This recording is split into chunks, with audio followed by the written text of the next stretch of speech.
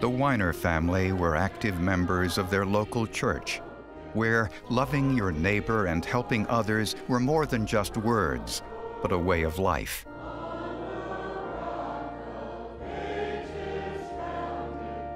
But not everyone in the Weiners' church wished them well.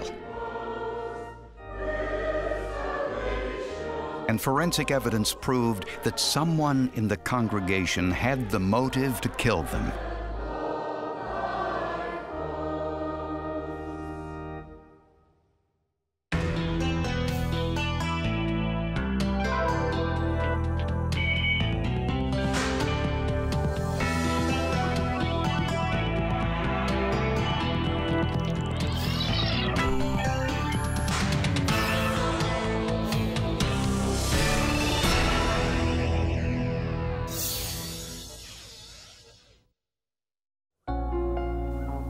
On a Thursday night in June of 1988, Sally Weiner got a telephone call at her Corry, Pennsylvania home. Hello? It was her congressman's office calling to say that her husband Harry, who was a vice president of the local bank and a civic leader, had just been chosen as Corry's Man of the Year.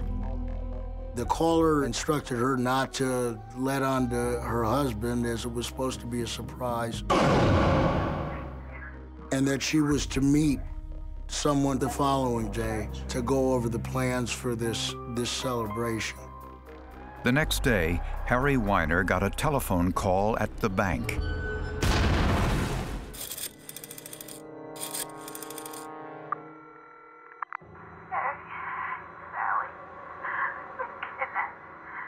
We know it's a tape-recorded call because there's no interaction between Harry and Sally. He's trying to talk to her, and she's not responding. She just continues to talk. She had to read that if her husband didn't come up with the money, why they'd cut off her hands. She told him in detail, you know, that she was being held and these people were dangerous and they were going to kill her if he didn't provide the money. Sally told him there was a bag under his car with instructions that he was to follow exactly, or she would be killed. The ransom note told Harry to fill the gym bag with all of the money from his bank's vault and drive to a deserted bridge 10 miles outside of town to await further instructions. Harry immediately contacted the local police and FBI. They told him to drive to the back of the police station and pick up a law enforcement officer. He got into the car and laid down in the back seat with a 12-gauge shotgun. When Harry arrived at the railroad bridge, no one was there, so he waited with the sharpshooter in the back seat and with FBI agents hiding in the woods nearby. You just sit there very quietly, you don't move, and you listen. And you listen for any kind of footstep, any kind of twig breaking, any kind of noise, hoping that he might contact us, but thinking that he's probably within 100 yards of us watching with a rifle. After waiting for several hours, the FBI agents told Harry to go home and await further word there. I felt very sorry for him. He is a very good person. And he was frustrated, and he was being patient, and he was reasonable. The next day at sunrise, the FBI performed a grid search of the drop site. And near the railroad underpass, they found a second ransom note attached to a metal rod with a crepe paper flag. The rods we recognized as being rods that were used in filing cabinets, older filing cabinets that slid through the drawers of the filing cabinets from the front to the rear. But the sign wasn't easy to see, which is why Harry missed it the night before. The second ransom note told Harry to proceed to another location several miles from there, where the FBI found a third note telling Harry to proceed to an abandoned church 3 miles away. That's where the trail stopped. He could observe Harry traveling through the countryside there And he could also watch for surveillance units and police who might be following him. 18 hours had passed from the time Sally was kidnapped. With no further word from the kidnappers, investigators feared the worst. 36-year-old Sally Weiner, the wife of a bank vice president, had been kidnapped and held for ransom. Investigators learned that neither Sally nor her husband Harry had any known enemies. You can count on just a couple fingers the number of cases that you see where a bank employee's family member is abducted in exchange for financial gain. It just is not a common crime. Police found Sally's car near a church not far from her husband's bank. Her car is left in that parking lot. The windows are up and the doors are locked. So there's no sign of a struggle in any respect. All day Saturday, which was the day after the kidnapping, there was no further communication from the kidnappers. But on Sunday, Sally's body was discovered by a farmer working his land a few miles outside of town. She had been killed by a single gunshot wound to the head. I remember being in shock. I felt guilty and helpless. She was executed. The killer used a Glazier-type bullet that exploded on impact, making it impossible to determine the weapon's caliber. Sally Weiner was killed by a gunshot wound to the head, which produced extensive brain damage. A bullet entered in the occipital region, which is the rear part of the skull, slightly to the right of the midline. So that's back here at the base. The bullet went in, it fragmented extensively, and it produced a lot of damage to various parts of the brain. Next, the FBI analyzed the ransom notes. All were typed with a computer word processing program, and all were printed with the same font. On one note, the word exactly was misspelled. Investigators got their first real break in the case from a police officer who was walking in the shopping center near Harry Weiner's bank. He noticed a sign in a bookstore window listing the Sunday newspapers the store carried. In particular, he noticed the unusual border. It was a 5-pointed star with a greater than and less than sign shown consecutively. And Corporal Amon ruminated about it and said, I know I've seen this somewhere. The policeman immediately recognized it as the same symbol that was on the first ransom note. The owner of the store, David Copenheffer, said he made the sign with his computer and that the border was one he mimicked after seeing it on other signs. Copenheffer was a friend of the Weiner family and denied having anything to do with Sally's murder. They knew each other quite well. Both families were members of the Presbyterian Church. They worshiped together, sang hymns together. They both sat in pews not far from each other at the church. Because of the similarity between the ransom note and the sign in his store window, investigators confiscated both his home and office computers. The preliminary search that was conducted by the state police and one of our other agents revealed exactly to me what it revealed to them. Initially, nothing. Next, investigators wanted to know the approximate time of Sally's death so they could question Copenheffer about his whereabouts. A forensic entomologist analyzed the insect activity on Sally's body and discovered second-stage larvae from the species Califera, a type of blowfly. By analyzing the outside temperature on the weekend of Sally's murder, Dr. Kim estimated that the insect activity commenced on the body late on Friday afternoon, the same day she was kidnapped. Then investigators, and the prosecution look at that to say, aha, that must be the time where body was placed there. So that's their judgment then. Interestingly, Copenheffer could not account for all of his time that day. But they still needed more forensic evidence to know for certain whether he was the killer. A background check revealed some startling information about David Copenheffer. He had been turned down for a $25,000 business loan by Harry Weiner less than a year earlier. Copenheffer was now the prime suspect in the kidnapping and murder of Harry Weiner's wife, Sally. So the FBI put David Copenheffer under surveillance and watched as he took some trash out to the dumpster behind his store. When the FBI seized it, they found some suspicious items. They found a used roll of crepe paper, the same make and color as the paper found with the ransom notes. The FBI was able to match up the tear from that roll of crepe paper, which was in the trash at the bookstore, to one of the actual flags. They also found bits and pieces of paper.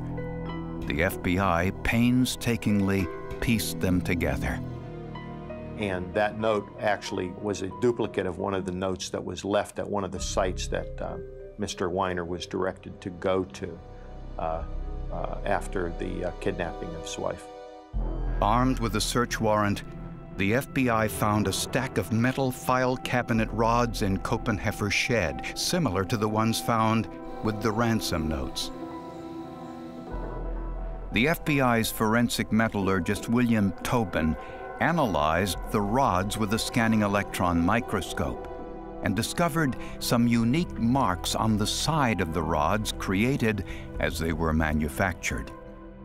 Individual characteristics that are imparted from the tool or die on the workpiece are not the same in hour 1 of that die's life as they would be in hour 8, 12, or hour 16. These marks indicated to Mr. Tobin that the rods found in Copenheffer's home and those found with the ransom notes were all made on the same day at virtually the same time. Something on the order of minutes. This was one of the best associations I've ever had with regard to the fabrication characteristics. Police also found Glacier brand ammunition in Copenheffer's home, the same type used in Sally Weiner's murder.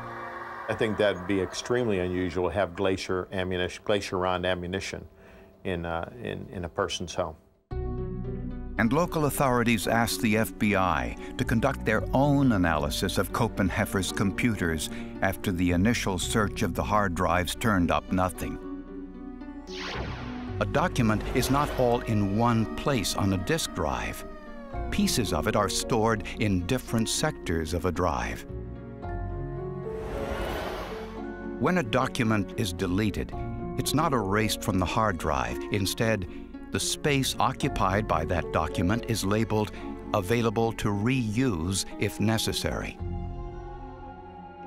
By going through that disk, mathematically, finding the proper clusters based upon the known interleaving of the drive, you can piece together an entire document if the file space that that document occupied had not been overwritten.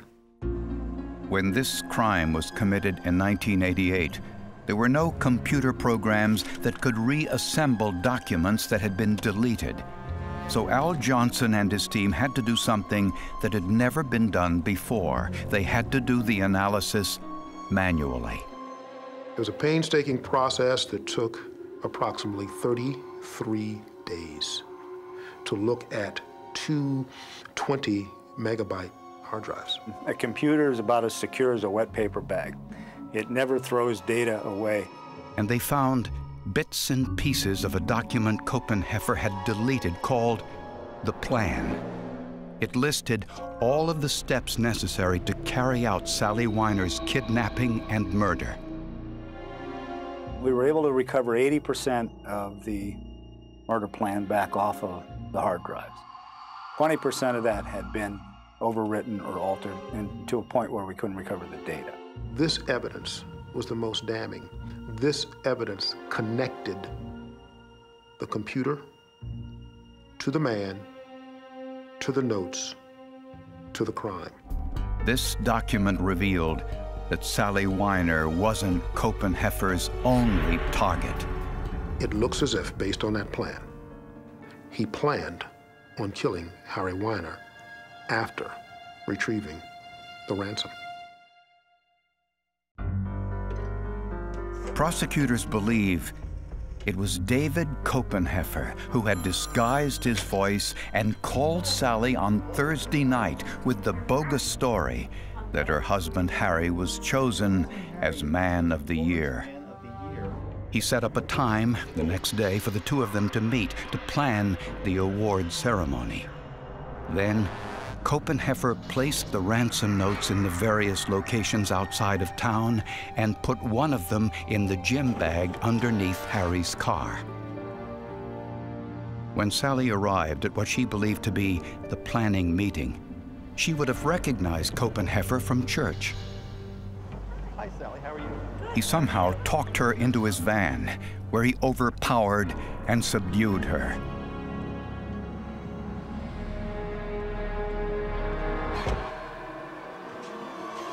He then forced her to record the message to her husband telling him she had been kidnapped. The forensic evidence shows that Copenheffer killed Sally within a few hours after he abducted her.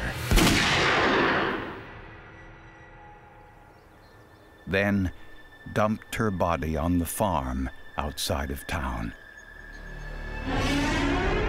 He returned to his store, placed the call to Harry at the bank, and played Sally's tape recording. Copenheffer was sure Harry would follow the instructions to the letter. The computer evidence shows that he planned to kill Harry at the abandoned church when he dropped off the ransom money. Harry was the one he was mad at for having turned him down on the loan application. He wanted revenge on Harry as much as he wanted the money. Despite warning Harry not to call police, Copenheffer learned that Harry did just that because of a journalist who had heard about the kidnapping from the police scanner. And I went immediately to the plaza and parked my car, and there was not a lot of activity. So he walked into David Copenheffer's store and asked what was going on. And he looked at me and said, no. He said, there hasn't been a single thing going on. It's been a very quiet night. There isn't anything going on. At the time I was talking to him, I didn't know that he had killed her. So I did not make a connection that here was a cold-blooded murder sitting in front of me. After learning that the police were involved, Copenheffer most likely stayed in his store instead of going to the ransom drop site. And Harry didn't see the next ransom note Copenheffer left for him at the railroad bridge. Based on the forensic evidence, David Copenheffer was arrested and charged with kidnapping and first-degree murder. One of the things that we did is get a writing sampler from Copenheffer and had him spell exactly, and he misspelled it in the writing samplers the same way that it was misspelled in his computer. And again, that's to correlate the fact that he's the one who inputted that stuff into the computer versus some external source. David Copenheffer was tried and eventually convicted of first-degree murder and was sentenced to life in prison. David Copenheffer is the master manipulator. It's an intellectual game, an intellectual challenge to see how far he can push the system and what he can get away with. I think if he were out, he would kill again. And he put a contract on me and Harry Weiner while the trial was going on because we were key witnesses against him. I don't think that he would stop at anything. Despite the overwhelming amount of forensic evidence against him, Copenheffer continues to maintain his innocence. That's the arrogance of the man, that despite overwhelming evidence as to his guilt, and many defendants do this, they still refuse to accept responsibility for the crimes that they've committed. And that's the sin, one of the sins of all of this. This case, in my own opinion, is a landmark case. It is the beginning or the genesis of what computer forensics is now. From this, computer forensics was born.